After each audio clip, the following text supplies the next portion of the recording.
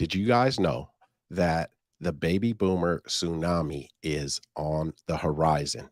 What that means for real estate investors is if you own properties, or if you're looking to acquire properties, there is a generation of people that have owned multiple properties and likely own properties that are going to be looking to sell those properties. In addition to that, though, these people need somewhere to go. So tonight, I have a very special guest, Isabelle Gaurino, and she runs the Residential Assisted Living Academy out of Arizona, where she's helping people get into the business and also helping communities by setting up these residential assisted living facilities. So we're going to be asking some questions tonight and figuring out, what's on the horizon with real estate and how this is going to impact, certain markets and the real estate industry as a whole. So guys, don't forget to hit that like button. And if you feel like I bring you some value, I want you to consider hitting that like button or subscribing to my channel, or you can just be a player about it.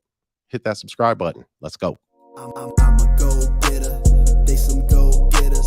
We some go-getters. Hope you a go-getter. Let's get it. I'm a go-getter. They some go-getters. We some go-getters. Hope you a go-getter. Let's get it. I'm a go-getter. Hustle to the end, we some no-quitters. Knock it out the park, we for show hitters. Right, left hemisphere, that's a dome splitter. Yeah. We control our own destiny. Make moves, cultivate whole legacy. Creative finance, bring more ecstasy. The right ingredients, now that's a dope recipe. Okay. Hi, everybody. So tonight we've got Isabel here, and she is, I guess, a veteran, I would say, in the real estate industry and one of the heavy hitters, honestly. So we're excited to have her on tonight, and we're going to be talking about kind of what she does with residential assisted living and how that's going to impact all of us that are in the real estate game. So, Isabel, thanks for coming. Glad to Thanks have you. for having me. Good to be here. Yes. Yes. So what we do here is, I kind of like to dive right in. It's really just a general conversation, and we'll answer some questions for people that put them in the comments and put where you're from, guys. We'll answer some questions on the second half of the show for the viewers and see where it takes us. So let's start with, tell us a little bit about yourself and kind of, where you're from and what you do in real estate. Yeah, so I really got started alongside my father. He had been a real estate investor for 40 years, and he started investing in residential assisted living, sold everything else he was doing, and started only doing this after my grandmother fell and she needed assisted living. And he was like, wait, I'm going to be paying $5,000 a month for her to live in one of these homes, or I could own the real estate, own the business, cash flow 10 grand a month, and she could live for free. So he purchased his own, not knowing what he was doing. And at the time I was actually a flight attendant, and I was like, well, what's going on? What's going on? Like, tell me more. You're hanging out with old people. Like, what's happening?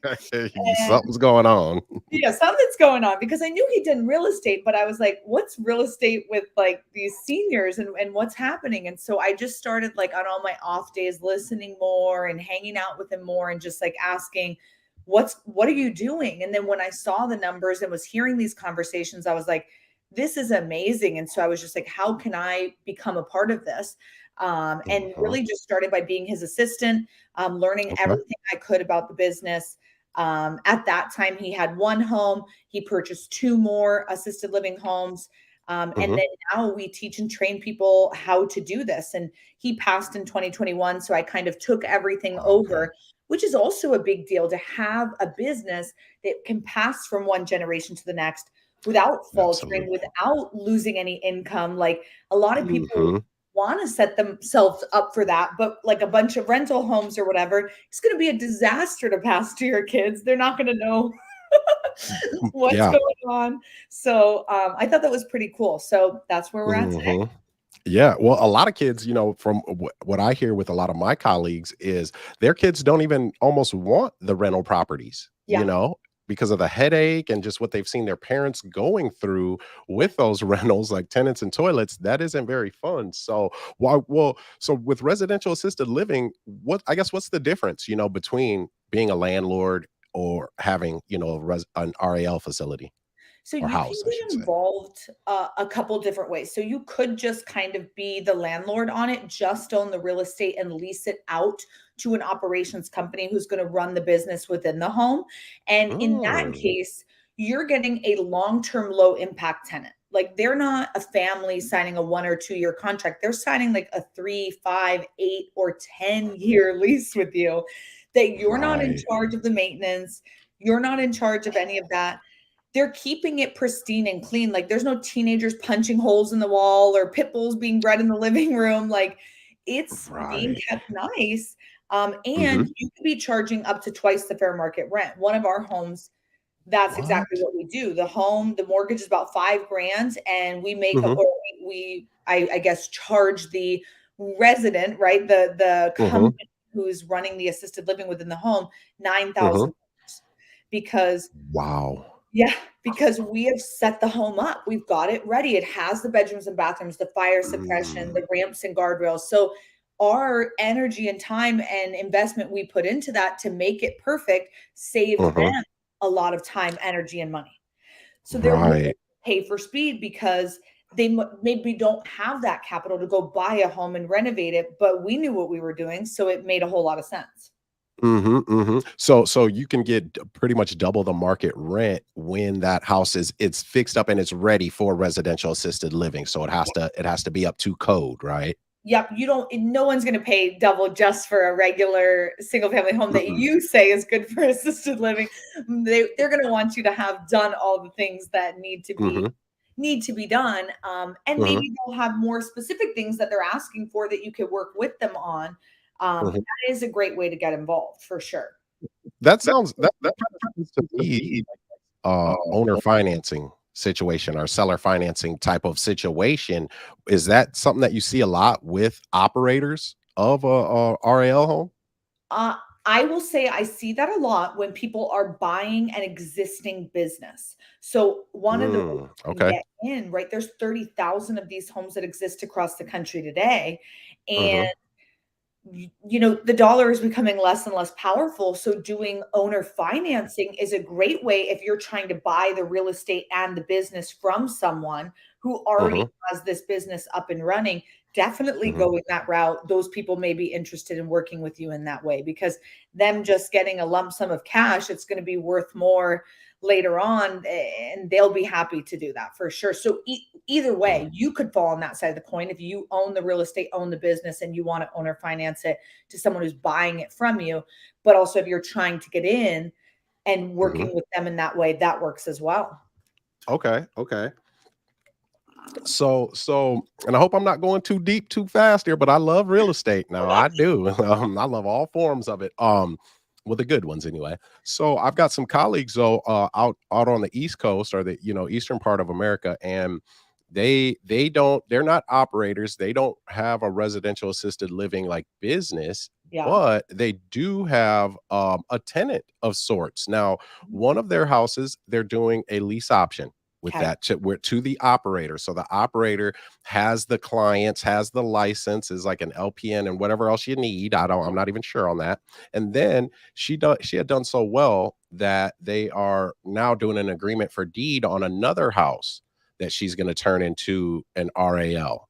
So what is your experience with that, I guess? You can definitely work with somebody in that way. And I love that they're working with an experienced operator because when you Mhm. just want to be in on the real estate Mm. side of this, that is the Mhm. key. Working with Okay. newbies can be Mhm. difficult because they don't have a track record. They might not really know what they're doing. And what if they don't do well and then they stop paying you? Right. So it's super Right. important to work with somebody who knows what they're doing and has a track record. And I love that Okay. they did one with her and then said like, Mhm. "Oh, it went so well, let's do more now." And that's a Mhm. beautiful way to do this. Not that there's anything against, working with someone who's new because somebody has to give them a chance to get in the game and make it happen, right? But Absolutely. it's also like you want to be careful and you want to protect Right. yourself. So Yes. I love that lease with an option.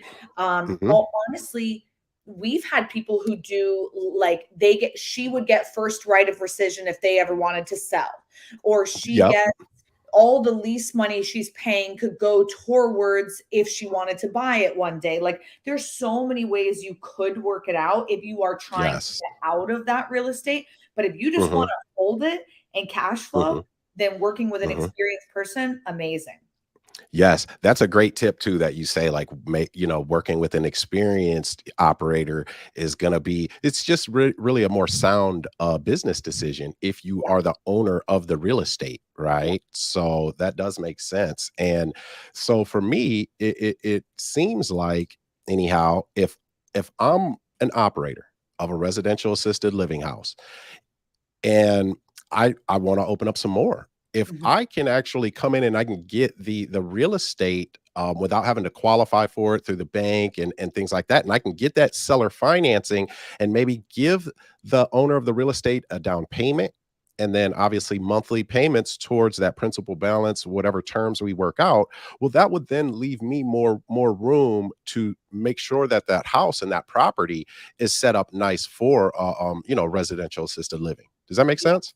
100%. And I think so too, because it's like Mhm, that makes a lot of sense. If you know it's going to be cash flowing more than it would as a regular rental or an Airbnb mhm, or whatever the case is, then it's a mhm. great way to go about it and be able to work out the financing on it because let's be Yes. real, interest rates are crazy, the housing market's crazy Mhm, in a lot of markets and people are fearful of buying right now. The good thing is if you are going to own the real estate and the business, if you're going to do them mhm, both, the mhm. cash flow is so high that you're Yes. fine. You can pay the mortgage, you can pay overpriced for a home. So being in a Okay. market like we are right now doesn't scare me or like my students Mhm. because the cash flow is good. When the house is Right. even cheaper, we're just making even more money. More money. But Yeah. unfortunately for other types of investing, like Mhm, regular rentals, mhm, that's a really tight margin. I mean, and now you're making mhm. maybe 100, $200 a month. It's like the AC goes out, the roof goes out. It's like that could be your whole year, if not more. You know, it can get pretty tight when you Yes. don't have the margins. Absolutely, and that's why, I've seen the statistic that 95% of real estate investors fail, and it is because of those margins, and really, for me, it's like you're a glorified employee of the bank, to a certain extent, right? I mean, when you're getting that bank financing, so it makes it difficult. Now let me ask you this, because I also saw another statistic. I'm a little nerdy that way, so I like to read, sue me. So I've heard that there's about 10,000 seniors a day that are getting Medicare, I believe it is. 10,000 Oh, seniors a day. Yes. So, and I've heard you speak of the baby boomer tsunami. yeah. So, can you talk to me about what that means, that baby boomer tsunami? What does that mean? Okay, well, it does make sense in this other sense. 10,000 people a day turn 65. So do they then Okay. qualify for their government funding? Probably. Um, Mm, 4,000 people a day turn 85. But mm, right now, the silent generation is who lives in assisted living. It's not the baby boomers. They're still okay. like 10 or 20 years out. So Gotcha. the silent generation, there's 44 million of them. There is Mhm. 76 million baby boomers. So we are Mm, almost going to double the amount of seniors who need home care assistance. And we're mm. currently 1.3 million beds short. So Whoa. yeah, and don't ask me what it stands for because I don't know, but the NIC says we're only projected building about 50,000 beds per year. So R mm, we don't have enough beds. Like there's no room in the inn. Like people ask right. why I train on this. They're like, why don't you just go get 100 of these? Why don't you keep all the money to yourself? And it's like, Mhm. even if I did that, it wouldn't impact the seniors. Like I wouldn't actually be helping. I could train Right. every person on planet Earth until I'm blue in the face. And the reality is most people can hear information and they won't do anything about it. They'll That's hear very that true. number, they'll see the statistics, they'll see the numbers, and they still won't do anything. So if I can train everybody and only a certain percentage are going to take action, that could actually help make a change, make a movement in this. If I Mhm. just quiet and keep all the money to myself, I'm not actually helping the seniors because they're still going to be short beds. So it's like, why don't Right. I do my thing and help other people so we can all elevate the thing together because there's such opportunity. Absolutely, absolutely. And real quick for the new people that are just hopping on, my name is Gene Boykin. I'm the founder of the Go Getter Family Real Estate Investing Academy, and this is my new friend Isabelle Gaurino, who is the what's your title? I guess are you like the president of the Residential Assisted Living I'm Academy like or the COO. COO? Okay, okay. You're the good looks and the personality of the RA. No, There you no, but go. I mean, so I have a daughter. My daughter's 4 years old, and it would be a dream come true, honestly, Mm, if she followed in my footsteps. Really. mm. And but could handle it though. Like, and I mean, wow, really, I'm getting goosebumps, honestly, because not many people are in that situation, but a lot of people dream of that situation. So I can say from a father's perspective that, and isn't your dad's name Gene? Yes. Okay, all right, Yeah. good guy. I already know. But he's definitely proud. He is Oh, certainly thank proud. Yes, really. So that's amazing in and of itself. So with that said, that's that scarcity mindset, what you were just talking about, you. right? Mhm. That scarcity mindset. And Isabel, she's coming in as the COO of the Residential Assisted Living Academy and making waves out there for the community, that and we need this, right? Our grandparents need it, our mothers, fathers, aunts, uncles need it, because if these beds aren't available, what happens? I mean, can you talk about that? What happens to some of these seniors that Yeah. Yeah, like when, for example, when my grandmother needed care, really every family has 3 decisions. Do you quit your job and take care of them full time? Do you Mhm, get in-home care, which is insanely expensive, or you mhm, put them into a home or a facility? And I mhm, feel like when you say that, like put them into a home, like you get this like cringy feeling, like you're just like, mhm, no, I promised I wouldn't. And I think it's because we have this misconception of what assisted living is. Like we think of those commercial facilities where it's 20 seniors to one a caregiver, and where the food's yucky and it smells bad, and it's just like that is not what it has to be. When you come into mhm, our homes and they're like luxury beautiful upscale homes, and they've got a private mm. chef cooking lobster and steak and cheesecake every day, you're like, I want to live here, like this Yeah, is nice. right? Can I move in? Literally. And so it's Yes. like, we most of us grew up in a home, and we don't want to go somewhere that's home like just because we're old. We want Right. to go somewhere that is a home. Home.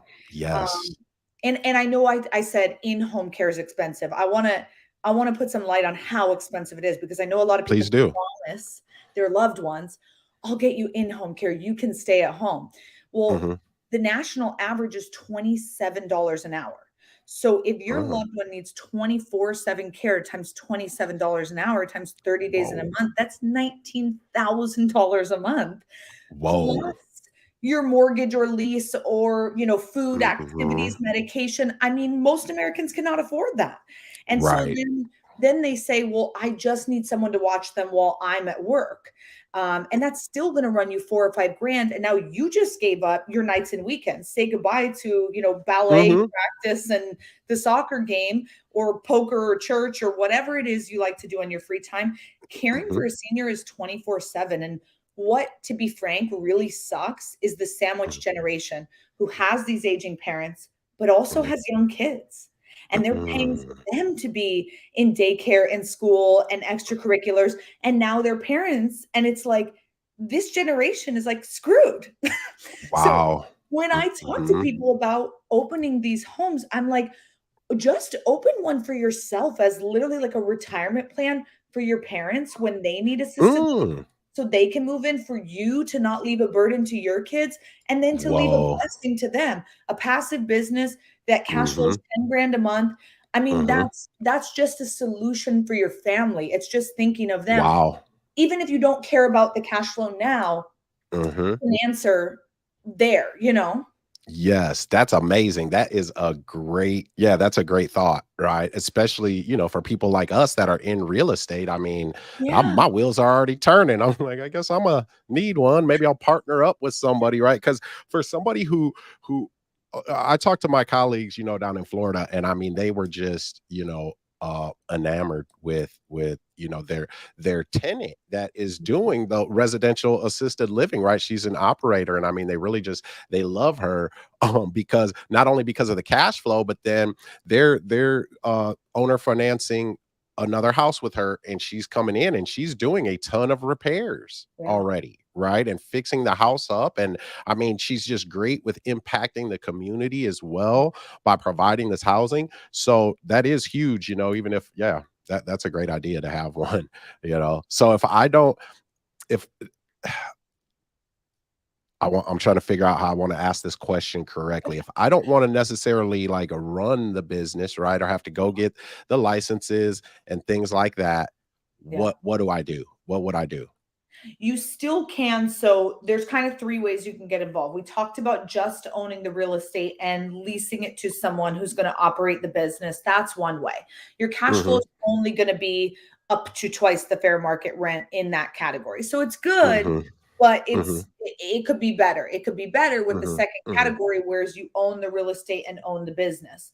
And in Mm, that one, you do not necessarily need to be hands on. I'm not hands on, and that's what we do with okay, two of our three homes. And when I okay. ask my other people who work with me at the Residential Assisted Living Academy, I'm like, how much time are you guys spending on your homes? And on average, every single one of them says 5 hours a week, and that's how much I spend. 5 hours a week. Really? Yes. And Nice. people are like, I want to be hands off and not an operator, and I'm like, Yeah, me too. I wanna okay. I mean, to me, 5 hours a week is hands off. I It visit my is. It is. I visit my home every other month, and the only Mhm, way it can be like that is by setting mhm. up your systems. You have to Right. have systems.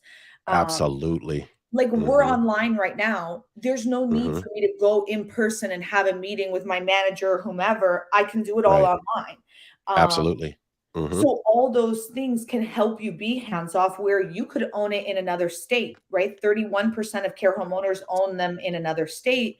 If Mhm. your market's not great, live where you want, invest where it makes sense. Like, Oh my goodness. you could do it My anywhere. people my people are gonna love me now for this one. So this is great. This is great because I've got, the Go Getter family. I mean, we're kind of making some waves out there with the type of real estate that we do, creative financing, subject to, and I've got a lot of inner circle students who own, a lot of properties already, and then they're property managers and there's tired landlords. So and we've got a ton of questions in here, so we're gonna get to those. But I gotta ask you this because I love real estate, but I do understand at the level that I operate at, and then also buying all of our properties in trust, and operating within trust, I also understand that it's difficult for the older generation, older people that own real estate, right? Whether it is just the home that they live in, or if they own, two or three, four rental properties. I mean, they're looking at the depreciation recapture coming up and the taxable event that's about to happen, and they're kind of dreading that, but then they don't want to deal with the tenants, but they're getting older and it's time, to get that assisted living. What's happening with these people's, properties? Great question. There's a Mm, lot of seniors who own their real estate, right? And I think the mhm, thought was to pass it down to the next generation. But if you mhm, look at where the baby boomers own homes, it's not mhm, where I should say millennials and mm, Gen Zs want to live. It's in, like, mm, suburban areas, and when you look at mhm, where, like, people who are 40 and under, 30 and under, maybe to be conservative, want to live, it's more like urban, mhm. like city, like, they want to be in the fun parts of town, they don't wanna be out Right. yonder, and so Mhm. all this real estate's gonna become available, but not necessarily, desirable to the market, which is Okay. really interesting conjunction because they're going to make a lot of money on those properties because a lot of them bought them very, very It's super cheap. deep. Right. Yes. And so, especially to us, like, we're looking at it like, oh my Mhm. God, like, some of my neighbors, their house was like 100K and it's like mine's 680. And it's like, oh my Right. God, that's Mhm. stupid. Like, they're going to make great money. But when they do that, that money is going to go be spent on their assisted living. And they may Right. need that money to pay for their care needs. When your care is Mhm. going to cost minimum $4,500 a month, and you're going to Mhm. need an average of 3.5 years, and let's just say it's Mm. you and your partner, that's a Oh my lot of. goodness. Yes. So It that's is. gonna end up being the real estate that you sell, you're gonna use that money to pay for it. If people talk about the greatest transfer of wealth from the boomers to millennials or Gen X, but they're Mhm. forgetting assisted living. Like most of the money is Mm. gonna be spent then, and whatever's left over will go to the kids. So I Very don't think it's the true. greatest transfer of wealth from hand to hand. I think it's hand Mhm. to home. Yeah. Ooh, wow. That was a bar, as they say, hand to home. Yeah. Now I've seen your TikToks. Now I know you're a little hip now. You're a little cool, so it's all good. So no, that makes a ton of sense. It really does. And so I look at some of those statistics too, and I do understand that with what is it, Medicare and Medicaid, is if you start off in a private facility and you run out of money, the Mm. government will continue to keep you in that private facility, right? But if you don't start in a private facility and then you like end up in one, if you run out of money, they send you back to the kind I of don't junky one. I don't know how that works if they will cover it because the Mm. government funding, like Medicare, only covers about $1,800 a month per person.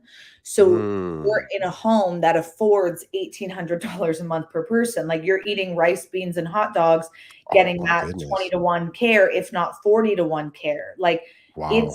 they're not good homes. Like when you go look at Hmm. government funded homes versus private Right. pay homes, Hmm. um, they're not good. Some people will live in a private pay home, use government funding, and their family will supplement, to pay the rest of it. But it Hmm. doesn't always, I don't know. I don't know. So I don't want to answer that one. Mm. If they Okay. continue paying for it, at least I haven't experienced that. And all of our homes are private pay. So we don't do homes Okay. with government funding. Oh, regardless, you're like, well, Leah, I don't even want to talk about that because you need to write a check. It's I don't it's blame you. tough. It's tough that the Hmm. government funding. I will say this, and this sounds maybe crass, but it's the reality in my Hmm. industry. The more Hmm. they pay, the longer they stay. And I say that, Really? yeah, because if you think about it, if a family is struggling and Hmm. then they're gonna wait until the last minute to put their loved one in care because they Very don't true. have the money to do it. And Yep. so they finally bite the bullet, put them in, and the senior Hmm. passes really quick. Now, a Hmm. family who's very affluent, who has the money, Hmm. they go home on Hmm. Christmas, see moldy food in dad's fridge, and they're like, "Oh my God, he can't live alone. Like, we've got to put him into a Mm. home." And they put him Yep. in way sooner for something that maybe wasn't that serious because money's not Mm. an issue. They'll write the 6 grand Right. check all day long. They don't care. Yes. Yeah, not even worried about it. Now, see, I mean, well, that's really honestly the goal, and that's what it should be, right? Where because money's just a tool. Right. And so that's kind of I mean, that's why I do what I do. And then that's why I put this information out there too to help people get into a position to have those types of options. And we live in reality around here. So while that may have sounded crass to some, reality is just reality. I can't do anything about facts in Yeah. reality. So no, that makes a ton of sense. So we've got a lot of viewers on here tonight. A lot of my inner circle are on here too. So that's pretty awesome. So I do want to dive back into some of those houses you say that the millennials and stuff don't want that these boomers own because I want them. I'll take them and we can talk. I can help them with their estate planning and everything. Yep. So, but we'll get into that. Let me take some of the viewer questions here, guys. Don't forget to hit that like button. And again, if you're new to my channel, you feel like we're bringing some value, I want you to consider subscribing. Also, you'll be able to check out Isabel, her links. There's some links in the description for her as well. So she's got a pretty cool TikTok too. So you want to go check that out. So she's another one of my TikTok friends. I love my TikTok friends. You guys are awesome. You know what's Um, so funny, Gene? At our what's that? last training, at our last couple of trainings, there's Mhm. been like not older guys, but guys in their like 50s or 60s who'll be like, "Oh, I love you on TikTok." And I'm like, "Oh my God, you're watching my TikToks." Like I'm like cringe, I'm Yeah, embarrassed. you're kinda And embarrassed. they're like, "No, I'm NYPD." We've had like a bunch of NYPD coming who find me on TikTok, and I'm like, "Am I circulating around the NYPD?" They're like, "Check this lady out. She's awesome." I'm so embarrassed. I'm like, "Oh my God, please stop." That's funny. Well, hey, at least it's Whatever works. lighthearted. Yes, it's lighthearted. And yeah, they see it. They're like, okay, she's not all serious. We're like, for me, it seems, like we're like the new generation of real estate because for me, just my perception, real estate was really kind of uptight. It Yeah. was kind of behind the veil, if you will, that information, the strategies, the knowledge. So now we're coming in, and you got a guy like me wearing my hat backwards, things like that. Then we got a gal like you that's your TikTok. When somebody a little older says they saw it, you're like, oh my god, did you really? Kind of embarrassed. So I love it. That's awesome. Um, so okay, so Anuket, she's one of my inner circle students. She says, can you do the same for a group home for children? Mm, Great question. So, mhm. I love any type of housing that makes an impact. Our Mhm. overarching company is actually called the Impact Housing Group because we have another Nice. company that's Recovery Housing Academy, and then I would Okay. love to open a home and be able to help people open homes for kids with developmentally disabled challenges, like Mhm. autism and things like that. You Mhm. can absolutely do a group home for whatever category your heart speaks to. The cash flow is not nearly the same because the level of care is very different. The licensing is very different. The requirements within the home Mm. are very different. So it's Mhm. similar in that it's also a group home. So it's a Right. French bulldog and a golden retriever. They're both dogs, but they're very different Right. breeds, very different I size, see. very different cost. And Mhm. so similar but different, but if that's what your Mhm. heart is for, absolutely go for it.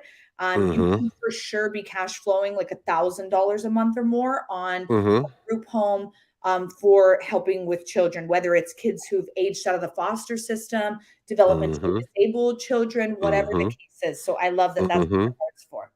Absolutely, absolutely. And so with really, I mean, you know, there's a lot of different, assisted living kind of spaces, right? You got veterans, Yep. yeah, VA, that's one. I mean, there's a lot, and so with that said, with what I do, as a certified affordable housing provider, is providing affordable home ownership to people who normally wouldn't get the opportunity because of their credit past or their present, credit situation. So that's impact housing in and of itself. So It I is. love the name of that. Yeah, yeah. So that's awesome. That's awesome. And that's really where we come from with the abundance mindset. And then also, valuing the people over the property, right? And valuing community over competition is what allows us to elevate, honestly. Yeah. So yeah, that's awesome. That's awesome. Okay, so let's see here. Oh, this is Molly. She's our student success coach. Look at Molly with a good question, long one. I knew Molly'd come in and drop something.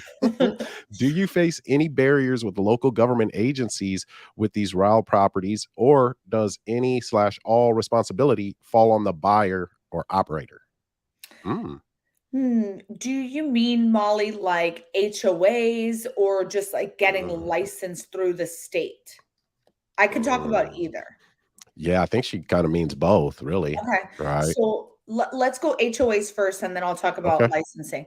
When it Nice. comes to like HOAs, angry neighbors, or somebody who says that you can't do an R.A.L. home in that area, it's actually against the Federal Fair Housing Act because these seniors are considered disabled by the time they need to move into your home. They need help with 3 to 5 activities of daily living. They're no longer legally allowed to live alone.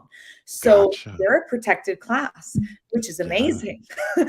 So, Hmm. an HOA, a city, a county, a state cannot tell you no because it's a federal law that trumps them all. These homes also Nice. exist in all 50 states. We have students in all 50 states. So it's totally possible anywhere. That does not go without saying that an HOA or an angry neighbor may not try to stop you. I hear that Right. happening all the time, right? But Hmm. truly, it's like there's so many beautiful arguments that you can make back that will just make Hmm. it such they're gonna feel like terrible people for trying to stop Right. you. Hmm. This And they one should, they but should. They should because hmm. you are trying to do a service and help the seniors of your community, and what do they want? They want them to be homeless? Like, Yeah, right. What are they gonna be like, partying in the neighborhood or something? Like, it's not like, yeah, exactly. They have such a misconception on what's gonna happen. So, Mhm. we actually created on that same note, the R.A.L. National Association, which represents all 30,000 of these care homes. And we Okay. have lawyers there for you. You can call anytime you run into Mm. any issue, and they'll write you a letter. They'll come to your little town meeting with you, whatever you want, Mm. to fight this, because it's extremely illegal for them to tell you no. So Right. neighborhoods, we're good. Now, when it comes to licensing, the barriers Okay. to me are timing, right? The license is not difficult. It's literally filling out your name, your address, your this, your that. It's not a Mhm. difficult paperwork, but some cities or states will tell you, like, we have a 6-month waiting list. And I'll give you a little tip Mm. that I actually teach my students in our training is I Okay. tell you to, like, walk your butt down there, go talk to them, go hand it to them and say, you know what? Yes. While I'm here, why don't we get that inspection scheduled? And it's like, Ooh. when's the last time they had somebody come into their office and talk to them Mhm. or bring them a cookie or whatever you want to do? They're going to Yep. put your name to the top of the pile and get it Yep. scheduled and get you done a lot faster. So timing Mhm. wise, it can take a minute, but it's not difficult to necessarily get licensed through the state. It's Okay. all about safety. So, 2 points of Okay. egress, wide hallways and doorways, ramps and guardrails. You don't have to be ADA compliant, but you want to be as close to that as possible. So, it's Mm. about the safety within the home. And Okay. then that's going to help you get that stamp of approval once you get the paperwork to the right person. Mhm. Mhm. Nice, nice. And I love when you just sick the dogs on them. Oh, they talking crazy? Okay, well, we got the lawyers, so we'll just send them to you. Don't even worry about it. Yep. I love that. I love that. That's awesome. Okay. So now I'm gonna presume Selena means cost of funds. What is the typical CF on an RAL? Is that what I'm you mean, thinking Selena? cash flow Oh, cash flow. Oh, okay. Talk to me. I like or that cost better of than funds. cost of funds. I like cash flow a lot better. Let's talk about cash flow. Let us know, Selena, which one it is. Uh, Well, I'll break it down like this. Let's say the average senior is paying $4,500 per month, and you have 10 seniors in the home. So every state varies. You're going to be allowed to have somewhere between 6 and 16 seniors in the home, depending on where you live. So okay. we'll go with 10 because it's in the middle. That's bringing us Mhm. in $45,000 every month gross. Your Mhm. expenses will probably, okay, it's cash flow, perfect. Your Cash flow. expenses will Mhm. probably run around 30 grand a month. And that includes your staffing and your food and your activities and all sorts of good stuff like that. And then Mhm. let's say your debt service is 5 grand a month on that home that can afford a pretty nice home in most parts of town, right? Not Mhm. everywhere. That's leaving you with 10 grand a month on that RAL or $120,000 a year for you as the owner operator. And that's Ooh. average, right? 45. We teach above average. And Okay. so you can definitely be making more than that, Mhm. especially if you live in a place that has higher rates, or you live Mhm. in a state that allows 16 or 12 or 14 residents. I mean, both of those change the numbers drastically. Yes. Wow. That's awesome. Okay. Okay. Well, let me just to just follow up a little bit more. How difficult then is it? Because you said being an owner operator is the because there's three, right? That's the middle road there. How difficult or easy is it to be an owner operator? It's definitely more work in the beginning. Like, Okay. I think because I'm to the part where I'm in the easy part, sometimes it's hard for me to not be like, "It's easy," right? Right. Because it's not. It's Yeah. more work in the beginning, right? And I always wanna be Mhm. honest with people about that. Getting the license, renovating the home, getting your staff, getting your marketing up and running so you have the seniors, building those relationships, building your brand and Yes. reputation. There's no Yeah. way that the cash flow would be this high if it was the easiest breeziest thing to do. I Mhm. mean, Makes let's sense. be real, there's no HGTV show on it. Why? Ooh. Because it's Mhm. not it's hard to do. Not everybody can do Yeah. it. Yeah, you Um, can't just fake that. You can't fake that. "Oh, we spent this much and we didn't have any holding costs." Well, we're not gonna talk about them. So, mhm. right? And so it is difficult in the beginning to get all those systems up in place. But once it's up and running, your administrator, your licensed administrator is kind of like your Mm. property manager. And so they're Yes. doing the hiring and the firing and the schedule and the payroll. They're doing the marketing and touring with the families and bringing in the new residents. They do it all. And usually they oversee Mm. 2 to 4 homes. So one home is not Okay. full time for them. Um, Okay. so scaling is good. We encourage people to have at least 3 homes within 20 minutes of each other, but there's Mhm. definitely opportunity there for you to, in the beginning, put in the work, get the systems, and that might take you, let's say, once the home is already renovated and ready to go, and now it's just about staffing and marketing and filling the home, that Mhm. you should be filling at about 2 residents per month from the day you Okay. open. And that's if you've Okay. done your marketing well, right? So Right. you need Mhm. 10 residents, that might take you 5 months, which means you need to have some carrying costs set aside because you're still Mhm. paying all the bills, right?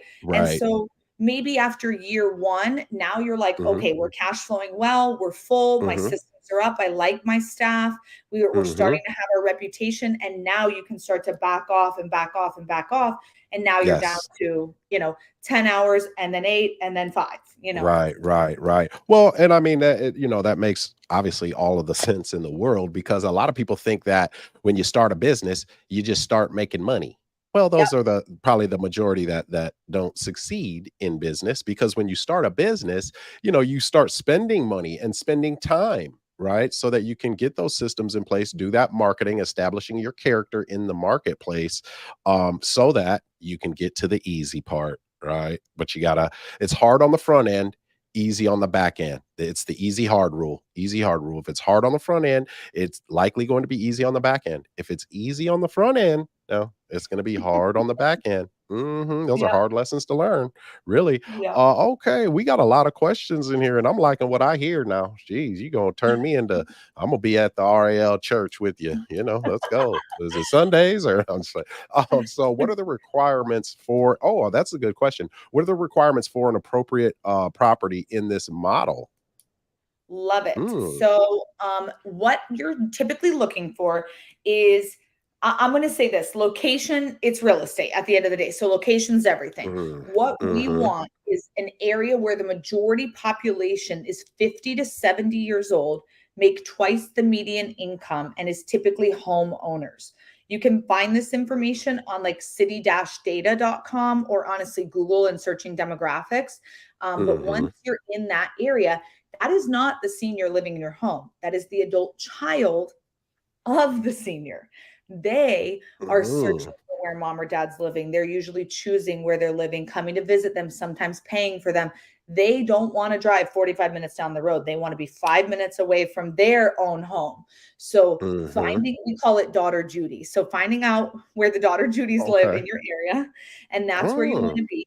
And then property wise, think 300 to 500 square feet per resident, not per okay. bedroom, per resident. So with 10 residents, minimum 3,000 square feet, upwards of 5,000 is very comfortable.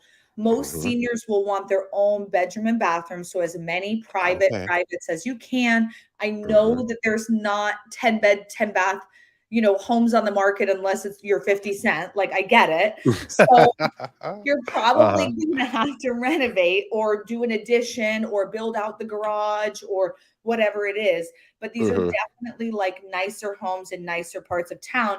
And the Mm-hmm. nicer that they are, the more that you can charge because that's Right. the going rate in that area. Mhm, mhm, naturally, yes. Well, those are great. Those are definitely great tips on that. That's great information. So, one of my students says, imagine getting properties subject to and converting them into residential assisted living. Yes, and it's yeah, okay. Is there an F on the end? We don't. We just want to say residential assisted living He's saying residential assisted living facility. That's what facility. Right. That's so why I say, do I we don't want to I say don't call the them F? facilities, I call them Right. homes, but Homes. Boom.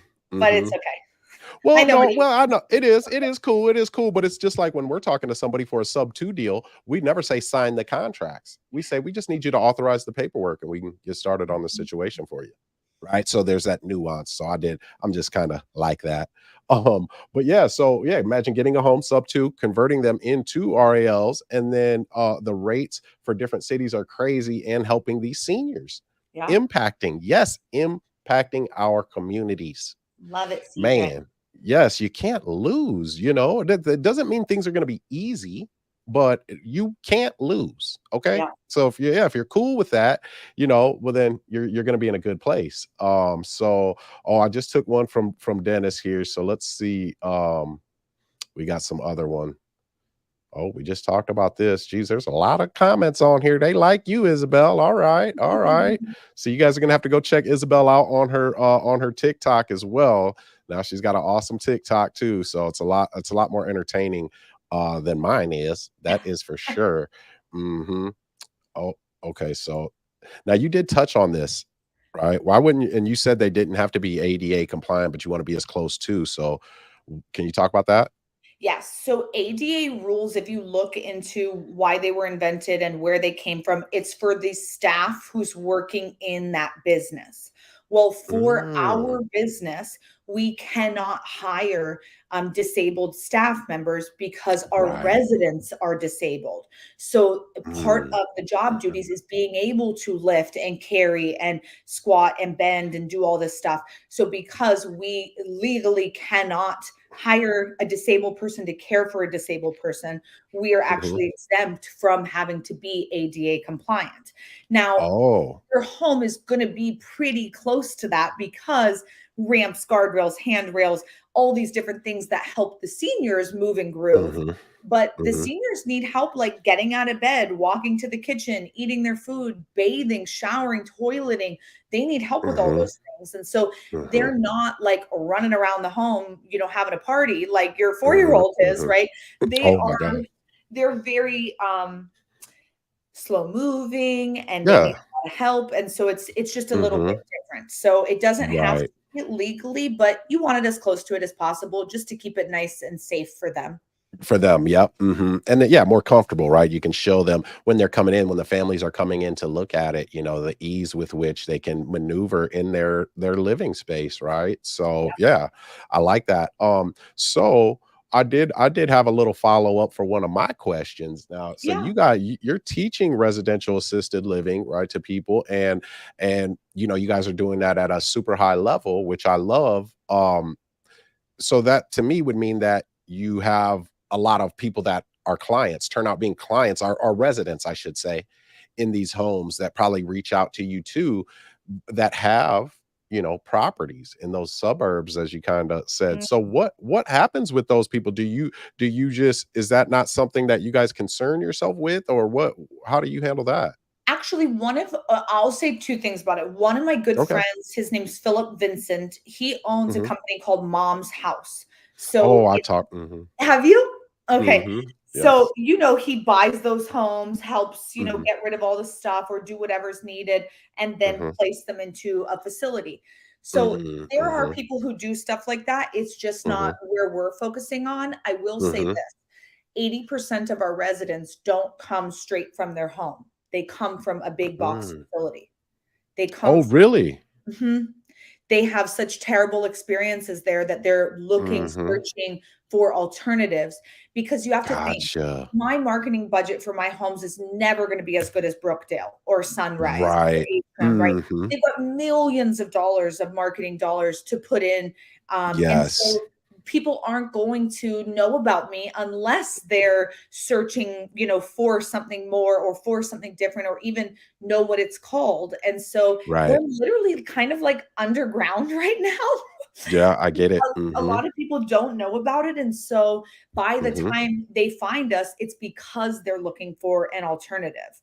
And Mm. so that is tough because now these people have been scarred from these Yes. facilities, but it's Mhm. also kind of a good thing because the families come, and then when Mhm. they're writing you these checks for 4 or 5, $6,000 a month, they're wrapped in love letters because Yes. they're Mhm. so grateful for you because they just Yes. experienced double diapering, their loved one being left for hours, like fallen and didn't get up, UTIs, Mm. bed sores, this, that. I mean, it's Bad. terrible the situations that we hear, but then to be Mhm. able to give them grace and dignity and love in their last years of Mhm. life, it's Mhm. just an honor. It really is. Absolutely. Absolutely. It's like God's work, man. I love it too. I do, but with that said, yeah, it's a great feeling, but it does cost as well, right? And that's just a reality that we live in. So, but I didn't realize that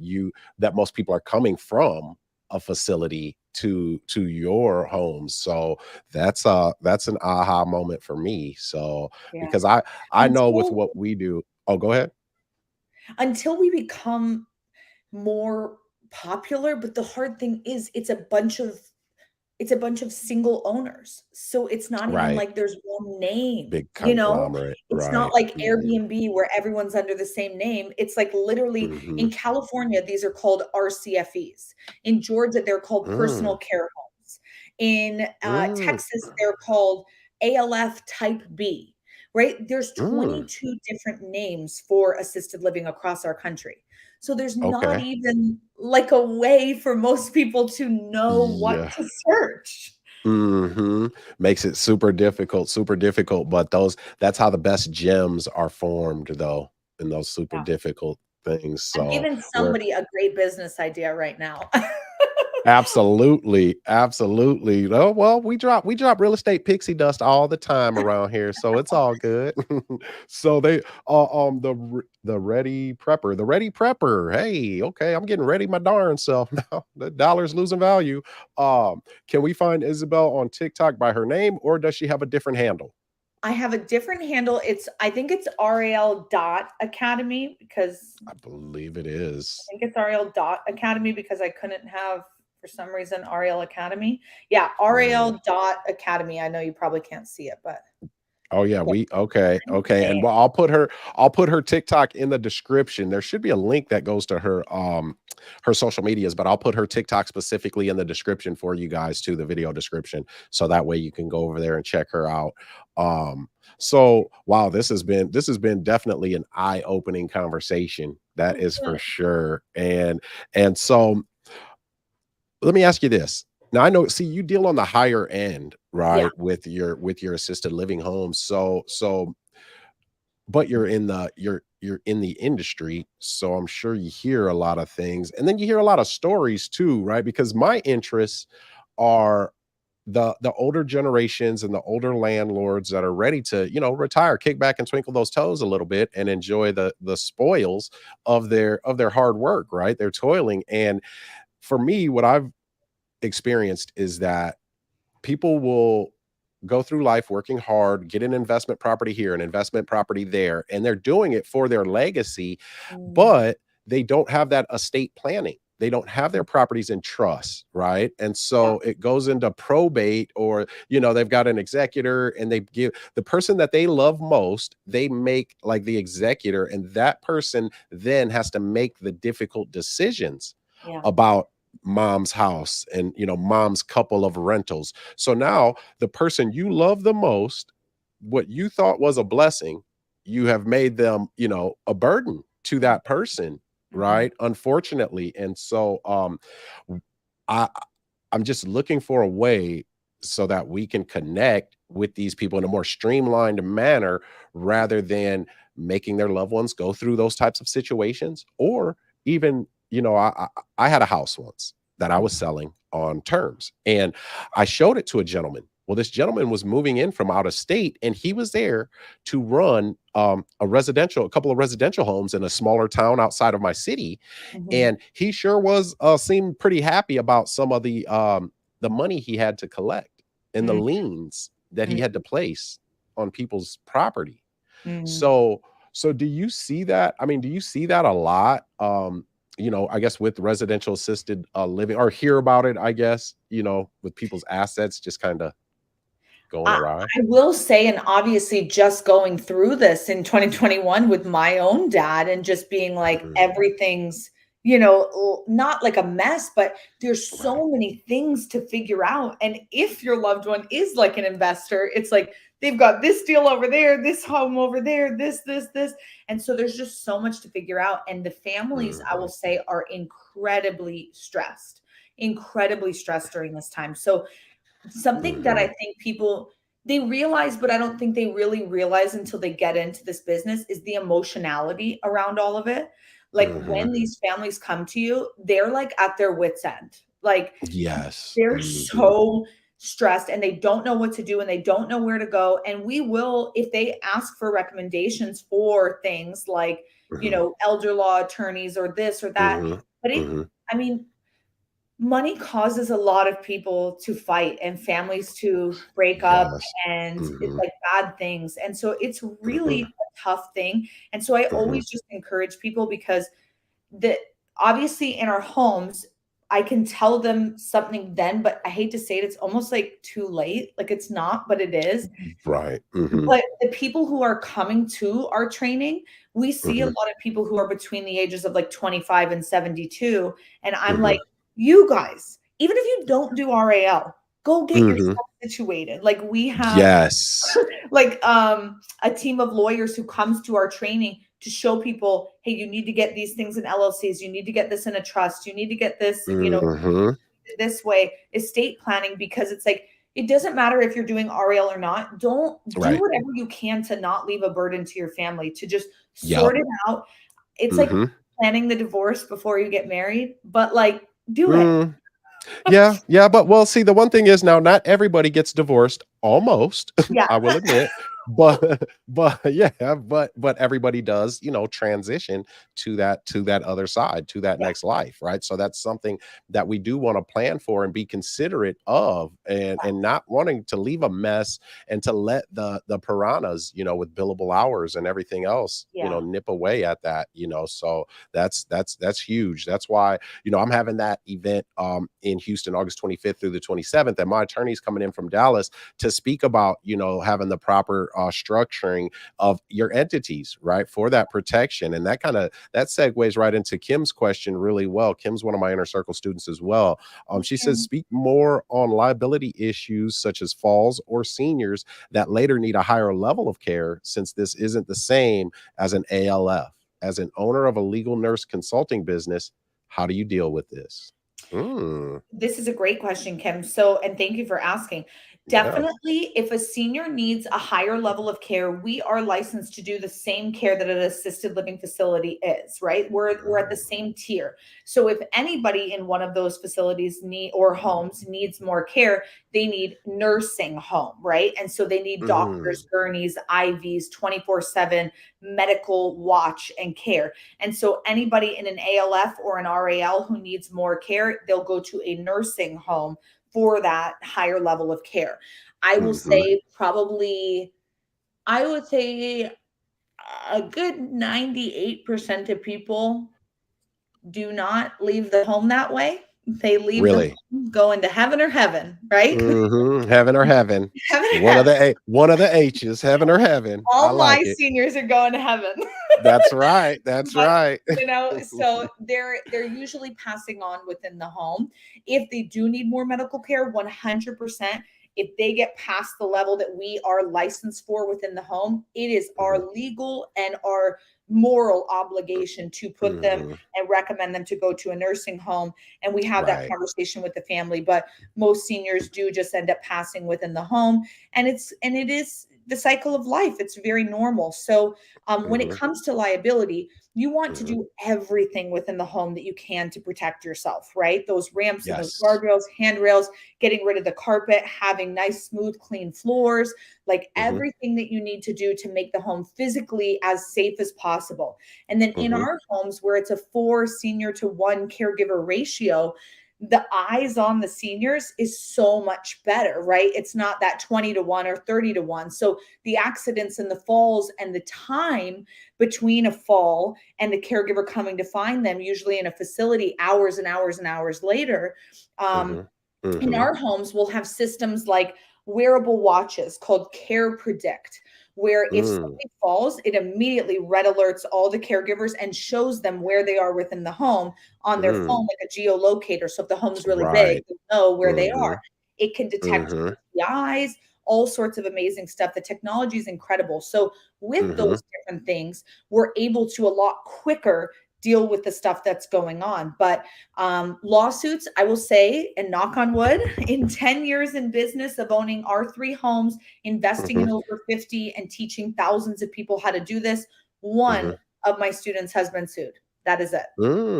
So Okay. I think it really has to do with that level of care, the careful Mhm, watch, and then the mhm. systems in place, like the wearables and all these different things that can really Right. help protect you. But the Mhm, reality is, gravity is gravity if you're living in an Mhm. R.A.L. or you're living at home alone or Mhm.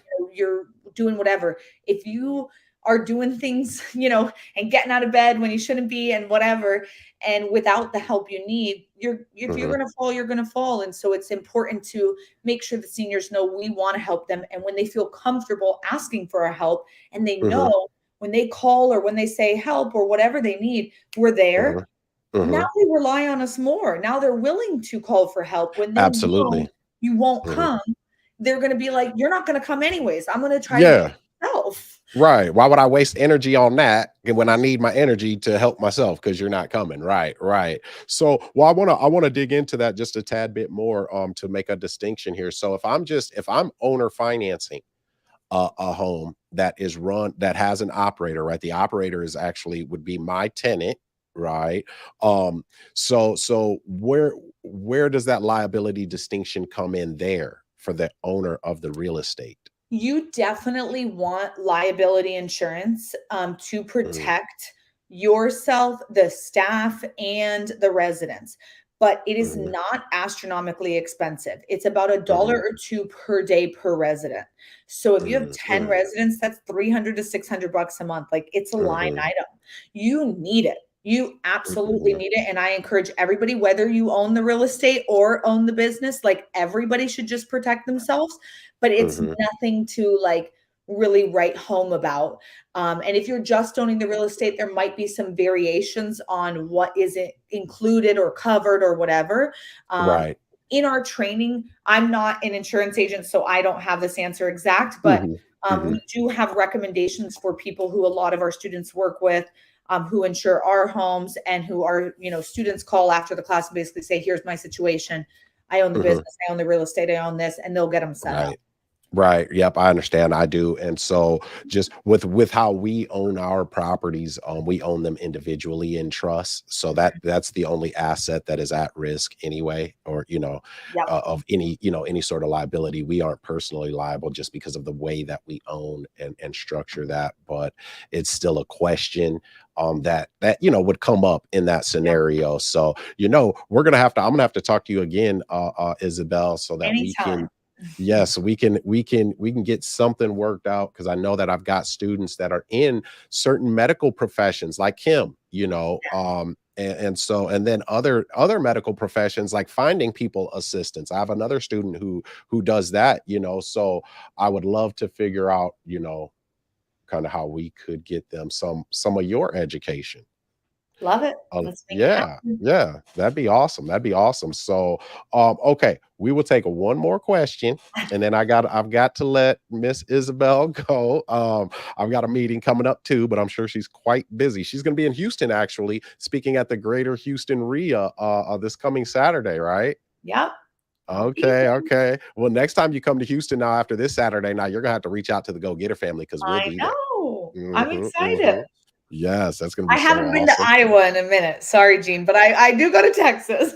Yeah, don't even worry about it. You're not missing anything. So that's cool. I'll have you visit in Texas. We'll leave Iowa to the Iowans. I'm a Texan now. So um okay. Oh, this was okay. So do you care for people with Alzheimer's, or do they need to be referred to a nursing home? That's a good question Great too. question. So, we actually, in our homes, you can be licensed for memory care. So, an assisted Mm, living home is one license, but then you can also get a memory care license where now you're allowed to care for seniors who have any dementia or memory care issues. And that is a really, really, really great thing.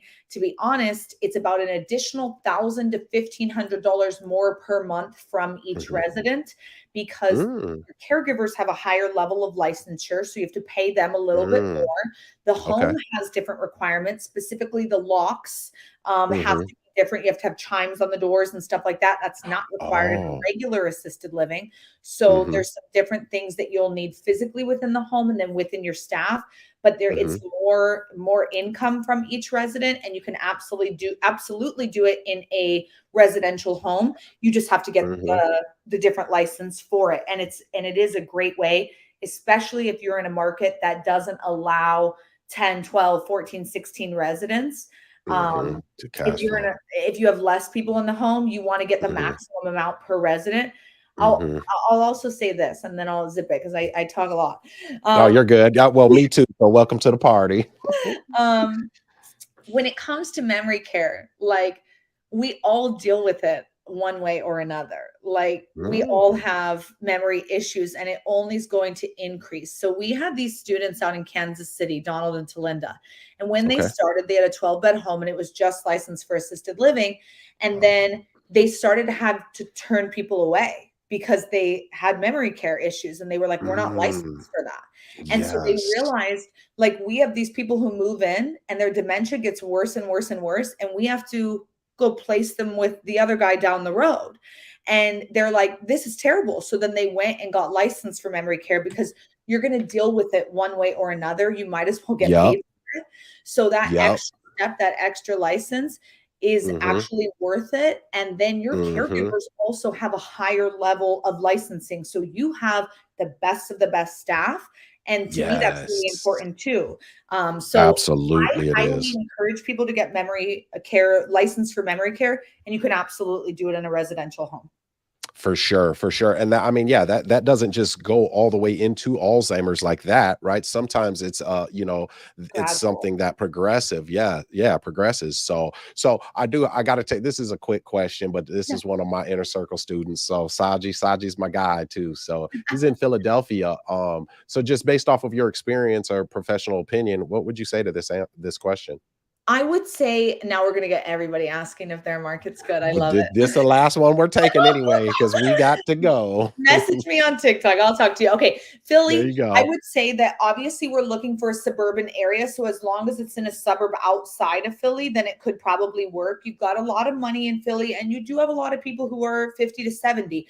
Just Mhm. because you turn 65 does not mean you move to Florida or Arizona, right? Right. If you grew Mhm. up in Boston or Philly your whole life, like you're probably staying there. Like that's what you Right. know, that's what you love, that's your culture and your environment and your home. Mhm. So Mhm. anywhere can be a good market because let's be real. Raise your hand if you're getting older or know someone who is. Like Mhm. we all are. And so Mhm. it's one of those things that like there's seniors everywhere. Philly can be good, but definitely not like in the city. In Suburbs this right. outside, we can make that work all day. Mhm. Okay, I like that. Yeah, so no, that makes a lot of sense too, because they wanna be in somewhere probably more a little slower, a little more quiet, right? So that makes a ton of sense. Well, this has been absolutely amazing. I appreciate you. Yes, we appreciate your time, and I will definitely be getting in touch with you so we can have a sit down conversation. I have to look at the dates on Saturday. No, I won't be there. In Houston. But yeah, we'll get together and we'll chat and we'll see how we can marry some of this information, because I feel like it's beneficial, especially with the creative financing and owner financing knowledge and ability, along with the aging population, the cash flow, and just the options. I love options. So it's been great. Yes, it's been great. So did you have anything that you wanted to say to the viewers before we get out of here, Isabel? I'll just, our company motto is to do good and do well. And I think that really fits well with your Mm, audience too, because it's all about, yes. yes, making money, but also how can we make an impact? So I'll just end with that. Do good and do Mhm. well.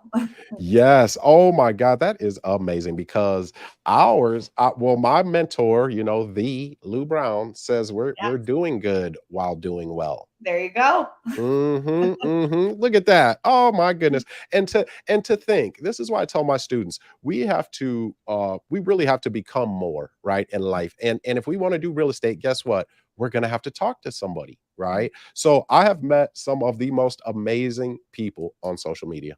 Truly have. So it's an honor. Thank you Thank very you. Thank much. you for having me. Yes, thank you so much. So, guys, I appreciate you. If you guys are watching this recording, don't forget, hit that like button. And if you feel like we brought you some value, once again, want you to consider subscribing to the channel. So, you guys already know how we do it. Until next time, let's get to it, y'all. I'm a go getter.